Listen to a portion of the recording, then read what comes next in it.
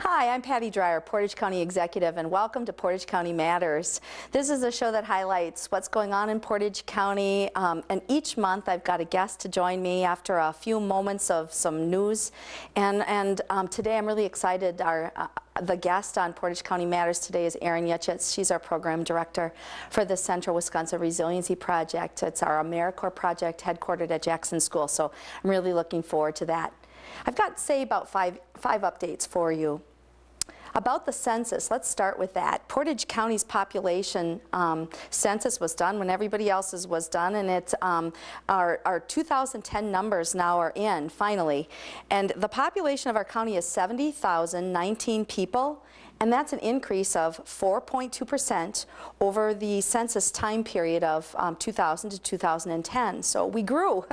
And our greatest areas of population growth, I think it's pretty interesting to know, were increases in the village of Amherst Junction with a 23.6% increase, the village of Plover with a 15.2% increase, and the city of Stevens Point with an 8.8% increase.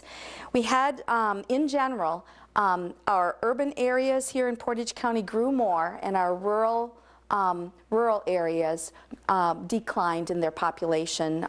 Nothing so significant, but just an interesting point of view for all of us, I think, in our county.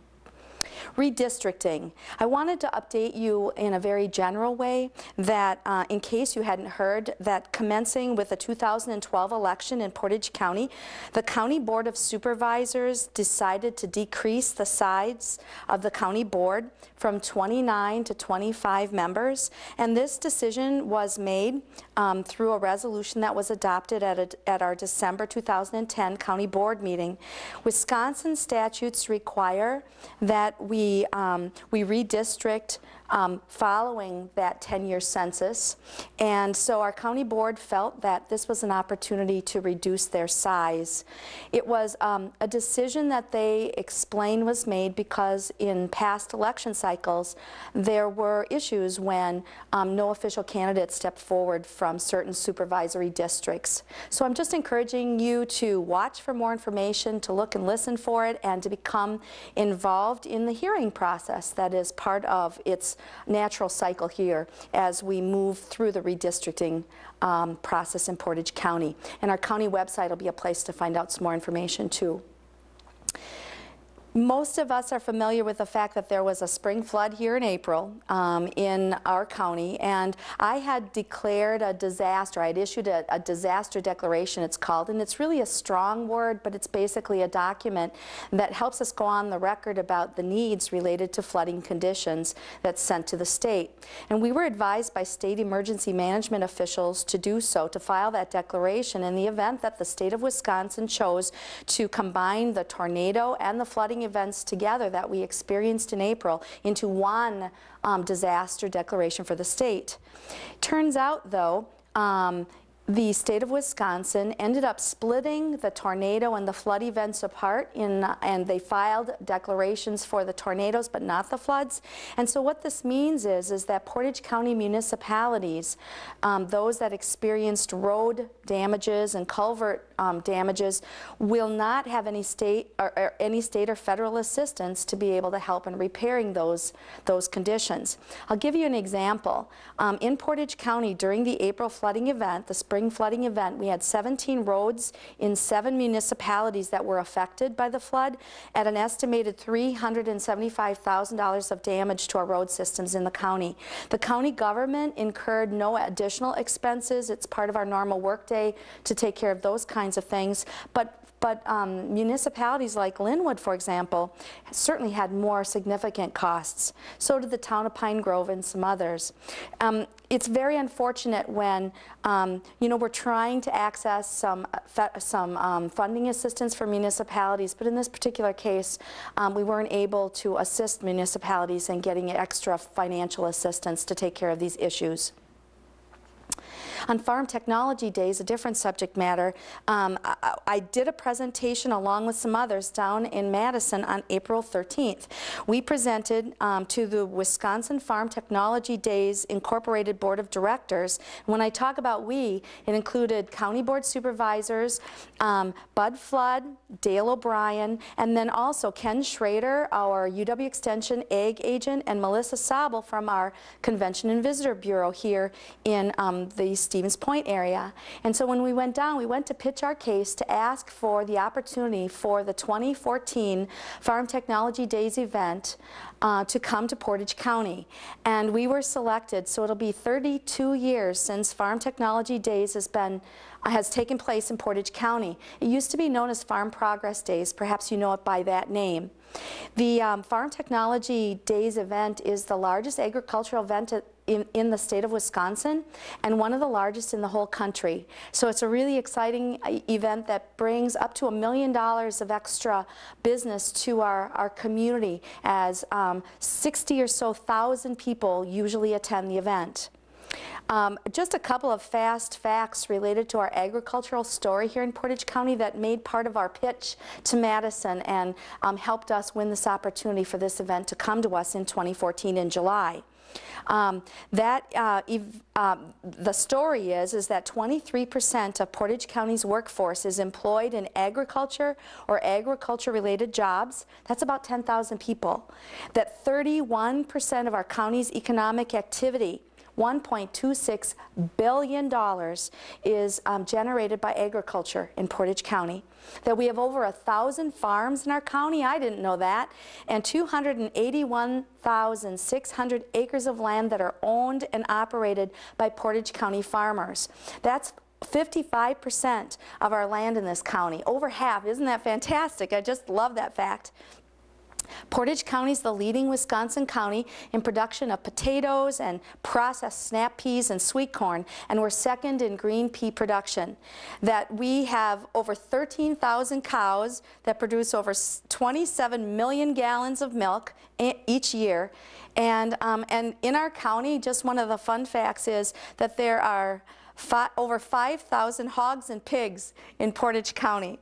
So, of course, the cranberry story is a big part of our story, too, and it's a $2.8 million business. Of course, Wisconsin being the #1 producer of cranberries, with 57% of all the cranberries in the country coming from Wisconsin. So, we're ready to tell the story. It's going to take about 1,000 volunteers to pull off this event. You're going to hear a lot more as we go on and get an executive committee up and running under Ken Schrader's leadership, and then begin the process of selecting the host farm or farms that will be the site of the event. So look for more information on how to get involved. On the strategic energy management front in Portage County government, the county board on April 19th passed our phase 1 plan. I'm really happy to say that. And it focused on electricity and natural gas, and it's taken about a year of time under the leadership of Jeannie Dodge, one of our county board supervisors who did amazing work on this project, along with Jennifer Stewart, a UW Extension Conrad agent, and Joe Kotwitz, who was a limited term employee that was hired by the county to steward the project. And we had other staff members and County Board Chair Phil Eidsvog and myself involved, but it was just a tremendous process with a lot of help from planning and zoning too. Anyway, it was an extensive study, and we took a look at the relationships of energy use in each of our facilities. We identified issues and opportunities and learned that in our base year of 2009, Portage County spent about $700,000 on electricity and natural gas expenses. And you know as well as I, when you look at your gas tank expenses and what you spend in your transportation of your own life and what you spend in your own fuel expenses at home, these prices aren't going down, so it would not be wise of us to let this plan sit on any kind of a shelf here in Portage County. So implementation steps are the next steps, and as that's taking off, and we're going to see what we can afford as we integrate it into our upcoming 2012 budget cycle. What we'll also be looking at is we're now launching the phase 2 of that plan, and that'll be looking at transportation fuels. That'll be completed by the end of the end of 2011 in December, and at that time we'll have a good sense of benchmarks about where we are and then some goals about where we want to go. So look for more information about that. I'm excited about that taking off, especially since this taping is in late April and it happens to be Earth Day, April 22nd. So let's go with that theme, and I'd like to introduce for you the guest of today, Erin Yudchitz, our Program Director of the Central Wisconsin Resiliency Project. It's an AmeriCorps project that is headquartered at Jackson School in Stevens Point. Welcome, Erin. Thanks for being here. Thank you for inviting me. I just was driving to this taping here at the studio today, and I saw a marquee that was on the corner here at Maine and what is this, Michigan, and it said, when we heal the earth, we heal ourselves. So I thought that was pretty fitting for us to kick this off today. I think so. I think so. Yeah. So tell us a little bit about the Central Wisconsin Resiliency Project. It's got a big name and it does some big stuff, and I'm really excited about this project in Portage County. Okay, great. Well, you mentioned that it's an AmeriCorps program, and so I want to make sure that I explain for our viewers what that is first. AmeriCorps is comparable to the Peace Corps in terms of the idea that you give some time in service, full time. And so this is stateside, though, obviously, instead of international work, and the commitment is a little bit lesser. We have people who are giving 1 year of their time either in half-time positions or full-time, but they're taking a year out of their lives to focus on the issues that are important to the Resiliency Project. And you mentioned the tie-in to Earth Day. What we're focusing on is sustainability issues and building stronger communities. I hate to use the Y tagline, but it is part of what we're doing. We're looking at ways that our AmeriCorps members can be increasing capacities at existing organizations, and also to be helping individuals, community residents, to be able to respond to anything that comes their way, like the flood or like any economic challenges that we're all working our way through right now.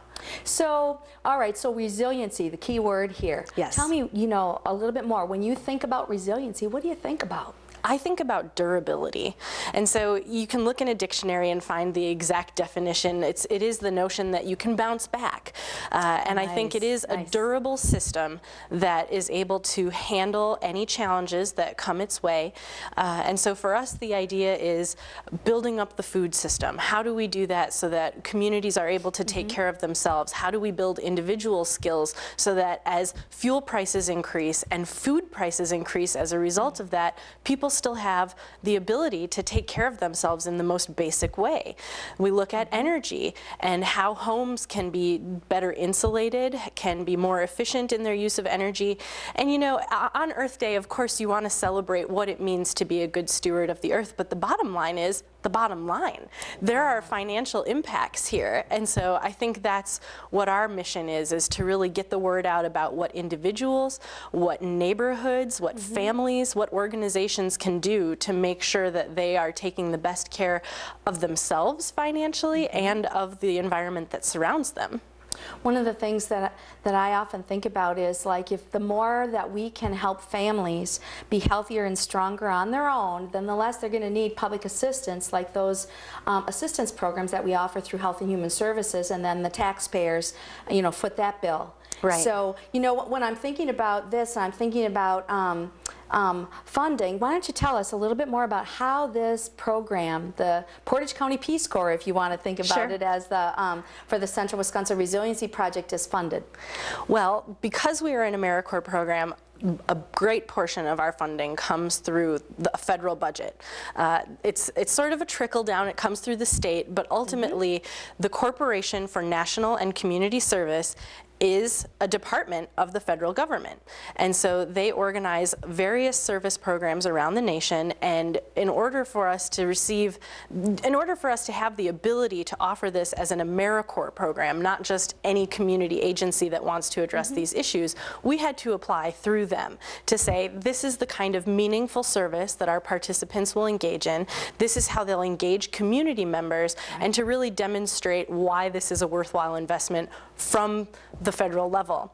That's matched, though, almost dollar for dollar with local support. And that's one of the reasons why I wanted to make sure that we assisted in supporting this program through the first budget I put together here in Portage County. So we have $10,000, I recall, that was integrated into our county budget as a non-county agency kind of funding initiative to be able to support this project, helping people take better care of themselves, and like we said before, if they're going to be more healthy and they're going to be able to grow their own food and understand how to better insulate their homes and save themselves dollars on a monthly basis, then they won't need as much help from everybody else. Exactly.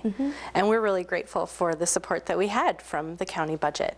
Yeah, no, I'm on the executive team for this project. I'm really excited about that. Mayor Halverson is too. Why don't you tell everybody a little bit more about who else is on that oversight committee, and then how you're governed locally with this federal state combination of bosses that you had to run this program too. And really there's more than that. My role as program director is really to be managing our partnerships and to be working with the executive committee on setting vision for the future and then implementing that. And so the executive committee, you mentioned yourself, Mayor Halverson, we also have a lot of stakeholders from our host sites. So when we talk about these different AmeriCorps members, they're not all working out at the former Jackson Elementary School. They are in different locations around the community, and that's where they're meant to be. That's where they can have the greatest impact. We're working with 9 different partners locally, and that includes Wood County. So that's where the Central Wisconsin part of our names comes from. It's not just exclusive to Portage County.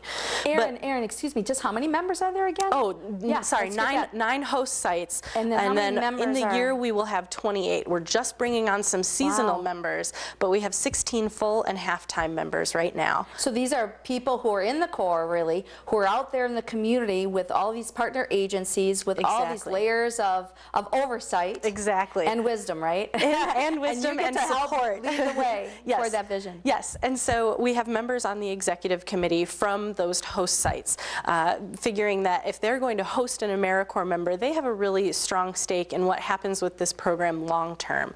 I'm not the only person who can make those determinations. I'm not the person who should make those determinations. And so I think that's something important to recognize as well, that the foundation for our program came out of the Path to a Sustainable Stevens Point plan. And so it wasn't that it wasn't a few community volunteers who decided that these should be the priorities. It was, let's look at what the community has already said is important and figure out how we can use AmeriCorps members to further those initiatives. So let's talk for a second just to get a little bit more detail around the projects. Like if I'm in the community, what does it look like to me? What are you working on? And then we'll go into what are the benefits for volunteers who are serving in this capacity? Well, we have 5 focus areas, and so I mentioned food systems already and energy. We're also looking at ecosystems, what we can do in the natural world. We look at waste and recycling, and then water quality and conservation. And so we have members under each of those headings who are working on various issues at their host sites. So for example, we have 2 members out at the Midwest Renewable Energy Association who are taking one end of the spectrum related to energy, trying to figure out how they can do outreach about renewable energy sources as opposed to what we've conventionally done. But then we also have members who are working with the city and the county on municipal efforts and doing outreach to residents in particular about how to increase their energy efficiency. And that's what one of the projects that I was really excited to help support through the county government was the municipal energy project, because we've got AmeriCorps members then who are out there in our towns and our villages helping municipalities save money in on their bottom line, so that can save the residents of that municipality on their tax line, if you would. Exactly, exactly. There's so many benefits to the community just through projects like these. We have people who are working through the university to do some outreach to the student population. I think, you know, we always think about the university as this opportunity for people to further their skills and get ready for job preparation, but it's also preparation for life. And so our AmeriCorps member over there is talking about what it means to be effective at recycling and watching your energy usage. Who would think that a student in a residence hall would be thinking about their energy usage, but they just had an energy war competition that got each of the residents engaged in thinking about how the impact of their light switches, you know, their computers, their cell phone chargers, how all of that makes a difference. Talk about the Giving Garden part of the project. I love this one. Sure. Well, I have some seedlings to show you. Oh, you're giving? Oh, just joking. So these are some tomato seedlings. The Giving Gardens program has existed under a different name, actually. It used to be called the Community Gardens program through the Hunger and Poverty Prevention Partnership for a number of years. And through the partnership now with AmeriCorps, they have 2 people, 1.5 full-time individuals who are now completely devoted year-round to making sure that these gardens succeed. And so what do you do with all in the years good past, stuff that you in grow? years past, you know, we had host sites around the community who would grow food that would then be distributed to food pantries or to meal programs throughout Portage County. And it was incumbent on those host sites to figure a lot of things out. They had some assistance through very minimal staffing through the Hunger and Poverty Prevention Partnership. This is the first year that there's been a nursery for the Giving Gardens. And so there's tomatoes, radishes, eggplants, broccoli, all of these seedlings that we're able to start in February so that once this snow finally melts, we can get out and put them in the ground and dramatically increase the amount of food that is going into the system. Fresh, local food that's cared for by our residents. Right, right. And then they're learning as they go, right? So that someday, really, I think the vision, if I understood it right, from the Central Wisconsin Resiliency Project model and the AmeriCorps model, is you build capacity, so then eventually you step back, and those capacities, that knowledge and that wisdom that you've built, the skills that you built in the people across those communities, are able to carry it on their own. Exactly. Yeah. And going back to the AmeriCorps model and that year of service notion, for a lot of people it's sort of an adventure. This is how I spend a year of my life. I go away. I did AmeriCorps and I went to Seattle. A lot of our members are local. And so even though they're taking this time out of their normal lives and giving a year in service, they're not going to walk away at the end of that year. And so while they won't be dedicated full time to a project like the Giving Gardens, they're not going to walk away from it completely. And so we're not going to lose that knowledge base at the end of the program year, which I think is just tremendous. Like Sue Anderson. Exactly. Yeah, that was fun at the open house. Yes. When I'm involved in the program, let's imagine that I'm one of your folks working on, say, the Giving Gardens with those tomato seedlings that are going to get in the ground pretty soon. Tell me what my benefits are. How come? Why do I want to get involved? And then how can other residents of our community get involved with this whole initiative? Well, you know, I've mentioned several times now, and this is really important to the AmeriCorps lingo, that it is a year of service. This isn't a job. You're not getting a salary for it. What our members receive is a living allowance, and it's a very modest amount of money that they receive every couple of weeks to offset their living expenses. And so that is certainly not the carrot that attracts people to the program. What they do get out of it is an education award as they successfully complete their term. And what that means is it's a lump sum of money that they can apply toward continuing education, toward paying off qualified student loans, but especially for recent college graduates, which we're lucky to have here in this community, that's a really attractive option.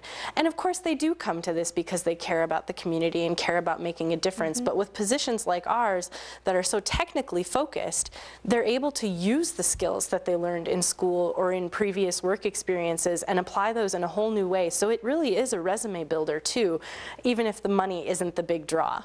Now, one of the things I was really excited about is when I learned about the compost, the waste stream work. And so you didn't bring worms today from the worm compost so that we could enjoy those. But so tell me a little bit more. I remember learning even before this project was lifted up, before I saw this grant proposal that went into being able to bring this. I forget, it's $270-some thousand grant? How do you remember? Our grant is closer to $200,000, but our total project budget is $360,000. Okay, so I was somewhere in the middle. But anyway, I remember that there were all sorts of initiatives related to taking our waste food from certain places and being able to connect it with other places, whether it was the compost kinds of places or whether there was some food opportunities for reconnecting, some good food that could be reconnected with folks who are hungry. Correct. How is that going? Well, the second component is still, that's something that we envision implementing in a second year. We weren't able to get that off the ground right away. But in terms of the composting efforts, the long-range vision is that we'll be able to develop compost systems, even if they're at satellite locations throughout the community, but that we'll have our own managed systems that will then feed back to these Giving Gardens. So that it really is a full circle opportunity. And where we've started this year is is, you know, each of our gardens will have their own, probably the 3-bin compost system, but we're also able to do some worm composting, like you mentioned. Kind of speeds up the process a little bit, and so we're looking at developing, you know, up to a 20-bin system that we will actually be able to house at Jackson for people to come and see, to do some educational workshops about it, to show people how easy it is to do worm composting at home. And how it doesn't smell and stuff like that. Exactly, as long as you're taking care of it properly. And even there, you know, the instructions are pretty basic. You don't need lots of special chemicals. Well, of course you don't need chemicals, but you don't need special materials or anything like that. If you've got paper, leaves, and food, as long as you keep those things in balance, you're in good shape. Now, a couple more things, and then we'll have to close out the show. What about, are there other programs like this in the state of Wisconsin? No, we're unique in the state. There are a lot of AmeriCorps programs throughout the state. There's 1,700 AmeriCorps members throughout the state of Wisconsin serving in different capacities, but we're the only one that's focused on sustainability efforts and building those kinds of capacities in a community. So we're lucky, and we're really lucky, and we've got Portage County and Wood County working in partnership right now. I just love that idea. Wood County's been doing phenomenal work. Do you see it expanding around beyond that border? Do you see that in your mind right now? Yeah, definitely. The funding situation at the federal level is uncertain, but we have submitted a proposal for a second year that does include expansion into further communities in Wood County, and also most especially into different avenues. We're working with the Wood County Health Department right now, and so much of their work is focused on those food systems. We want to be able to work with energy and recycling in those communities as well, and hopefully even into Wapaka County. I think long range we would like to drop Central Wisconsin from our name. Wow, and I'm just really excited about what you're doing, about how it's building skills and knowledge in citizens so that they can take better care of themselves, be more durable, withstand the changes that are inevitable, as especially the budget times mean that more people will be in need. And that's just the way that that it's looking as we take a look at the state budget picture and what the shared revenue drops will be and how the eligibility requirements of various programs will change. So thank you so much for what you're doing.